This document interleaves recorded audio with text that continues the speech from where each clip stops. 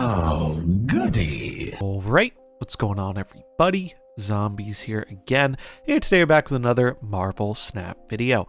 So in this one we're going over how to dominate in High Voltage, the new limited time game mode that is launching this afternoon.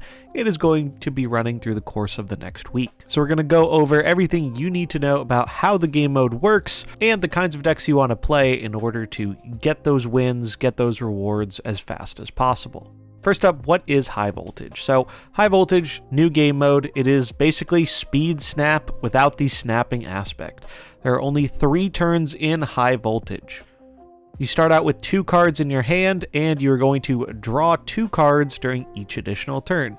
The twist is there's no snapping and the game ends on 3. You will also be provided a random amount of energy each turn, somewhere between 2 and 5 energy, and this is cumulative. So think of this as instead of gaining your 1 energy every turn, you're going to gain that random 2 to 5. Then the next turn, you're going to gain another random 2 to 5 on top of the initial amount you got on that first turn. And you and the opponent will get the same amount of random energy. So if you get 5 energy on turn 1, your opponent is also going to get that same 5 energy. So yeah, if you thought Marvel Snap was fast before, this seems like an even faster and crazier version of it. Now, apparently they're going to be doing some blog post about this to give the full information breakdown. For whatever reason, Second Dinner hasn't learned from Deadpool's Diner and seems to not want to release that until it actually comes out. So we're flying a little blind on if there are any little bonus things that we don't know about that are in that blog. But if there are, I'll leave a pinned comment about it in the comments below. High Voltage also comes with a fair share of bannings, mostly location bannings, but there are a few cards here that are not going to be allowed as well, which include Black Widow, Magic, and Galactus. There is quite a long list of location bans, but if you actually look at the banned locations, a lot of them are just ones that don't really have an effect during a 3-turn game. There are a handful here which could have an effect, like Death's Domain, Collapsed Mine, Sanctum Sanctorum, but in general, most of these are just ones that wouldn't have an effect on the game, or their effect is more annoying than interesting for such a short-length game. As mentioned previously, snapping is not allowed in High Voltage, so there is no doubling of the stakes. And as far as I can tell, there is going to be no limit to how much you can play this game mode, unlike what we saw with Deadpool's Diner, where once you lost your bubs, you had to wait for them to regen or pony up some gold to get access to it again sooner. In terms of the rewards for High Voltage, it looks like there is an Agony border, some credits, a border, Iron Man variant, and the Agony card, which if you do not obtain during High Voltage, will be a Series 4 release on October 31st. And we can also see that there are some quests here. And that seems like that is going to be the way where if you're someone who, like in Deadpool's Diner, you want to get Agony as fast as possible, there is a way you can pony up some cash in order to do that.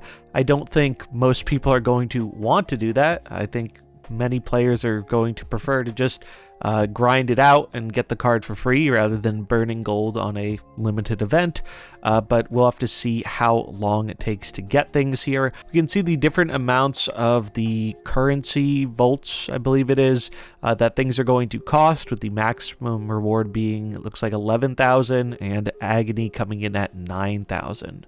And we have some quests here, so there are going to be refreshing quests that get you access to more volts to level up that little reward track. The big question mark here, though, is how many volts you're going to get just by playing regular games, outside of doing the things you need to complete these quests, but the quest values look pretty decent. We can see 125, 250, 500. So depending on how quickly these refresh, if they're refreshing like the normal quests, I feel like it won't take that long in order to get the new card without having to buy any mission refreshes.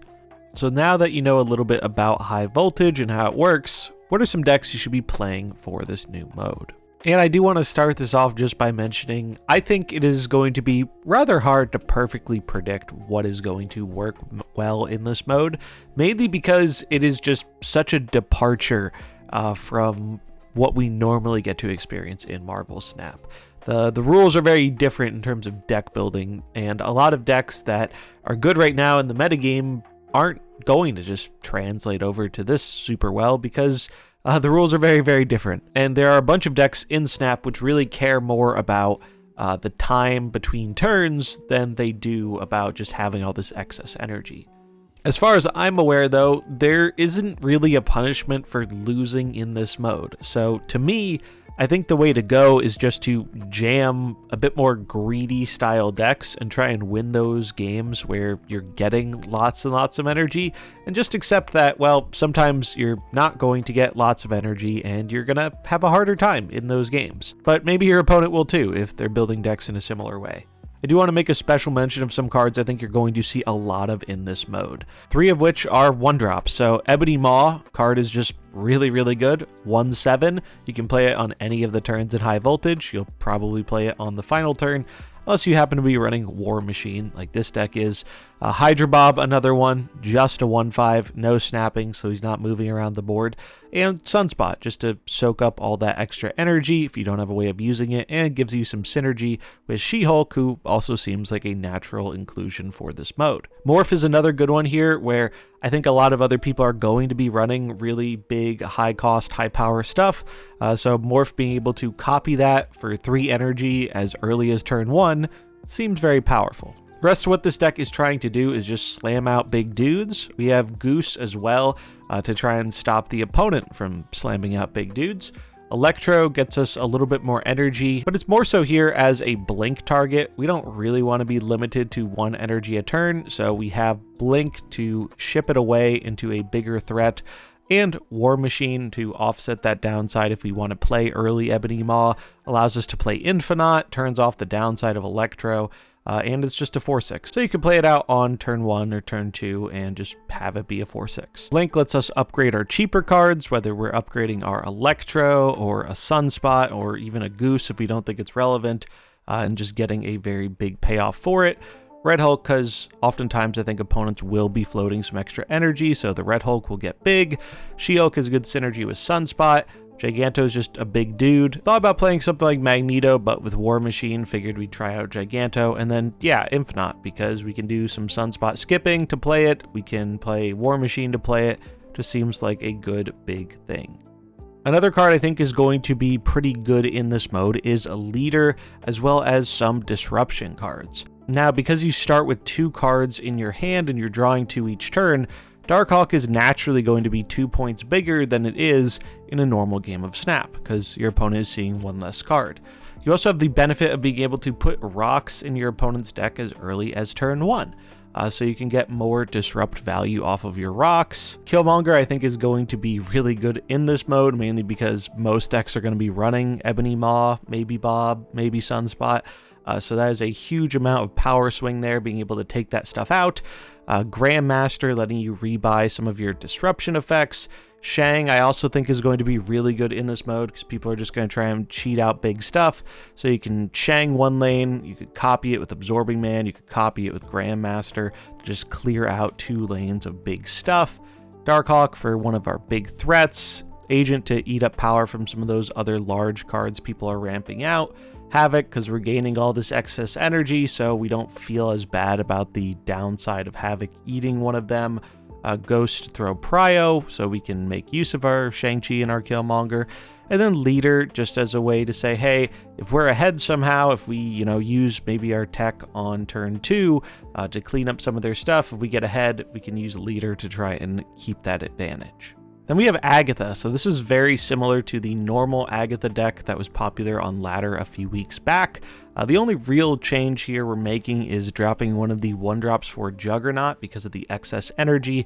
I think Juggernaut will be quite good in this mode, especially in a deck that is really good at concentrating a lot of power into 1 or 2 lanes, because Agatha is going really big in 1 lane, so your opponent might want to abandon that. And then if they do, you can use Juggernaut to just absolutely clean up another lane they haven't heavily invested in on the final turn of the game. I'm not sure if Legion is actually going to be super worth given the locations that have been limited for this mode, but figure it's at least worth trying. Black Bolt stature, just points, a little bit of disruption. You have the standard stuff to discard your Agatha with Moon Knight, Lady Sif, Wave to ramp it out. But the funny thing with Agatha is, since she's only playing for you on the even turns, If you have enough energy, you will actually just auto-play Agatha out on turn 2, so you might not even need to discard her. But I think it is nice to have the option there, because if you can go like Black Knight, discard thing, play big Agatha and something else on turn 2, and then close it out with some of your impactful 5-drops or a Juggernaut, seems like a pretty decent way of winning games here. You could also opt to include Ebony Maw in this list as well, if you want another cheap, high-impact thing, or if you're just missing Hydra Bob. Another card I think has a lot of potential in this mode is going to be Baron Zemo. So I think decks naturally are going to be built greedier in this mode, and a lot of people are going to be running Ebony Maw, so that gives Zemo the potential of just being a really large stat stick. If he pulls Ebony Maw, that is a 312. It's hard to find better rates than a 312 in the game. Loki's also an interesting one to experiment with here. I'm not sure if it's actually going to be worth it in non-Arsham piles, because you are obviously drawing your first 2 cards in turn 1 before you can actually play the Loki. But it does give you a maximum of seeing 4 Loki cards, so getting good cards from your opponent at a reduced mana cost when you have all this excess energy to play them seems like there is some potential there. We're running all the other good 1-drops here: Sunspot, Hydra Bob, Grandmaster for the Shang-Chi shenanigans, or just to rebuy Baron Zemo again. Copycat, because I'm assuming a lot of people are going to be running cards with powerful effects, so being able to get those powerful effects on a well-statted 3-drop seems good. Claw for power, Cannonball to steal a lane, Leader to push the advantage if you're ahead, and then Red Hulk is just another big body. Speaking of Arsham, I think Arsham might have a chance of being decent here too. Arsham already likes having the excess energy the card grants it, so having even more on top of that might make it even better. I think if Loki does end up being good in this mode, it'll probably be in an Arsham list. You could structure this a little bit differently to try and run some more cheap, high-impact stuff, like a Sunspot or Bob or whatnot. But I think in general, this is how I want to be trying the list. One thing I did consider that I didn't end up putting in this list, but I thought could be interesting to try out, is just jamming Agatha in Arsham, because you will always start with it in your hand, and oftentimes with the bonus energy from the mode as well as Arsham's bonus energy, Agatha will just play herself on turn 2 a lot of the time. So guaranteeing a 14 power card on turn 2 pretty much every game seems pretty strong. So I don't know if it's actually going to be worth it or not. I didn't include it in the list, but I do think it could be something worth trying just if you want more raw power. And then last but not least, have an ongoing deck here. I think being able to stack up some strong ongoing seems like a good way to go tall with power without actually being weak to Shang-Chi, which I think a lot of people are going to run in this mode since they're expecting a bunch of like big, tall dudes. So this version, we are just trying to do Sarah onslaught stuff, reduce the cost of our cards by a ton, and then hand dump them out and get a bunch of power. Man-Thing helps us reduce power on lower cards from the opponent. US Agent helps us do that on higher cost cards. I'm not 100% sold on Miss Marvel, but I do want to try it. It's possible, might need to adjust the curve a little bit. Again, it's a little unpredictable how high voltage is going to feel in terms of like the average game with the energy.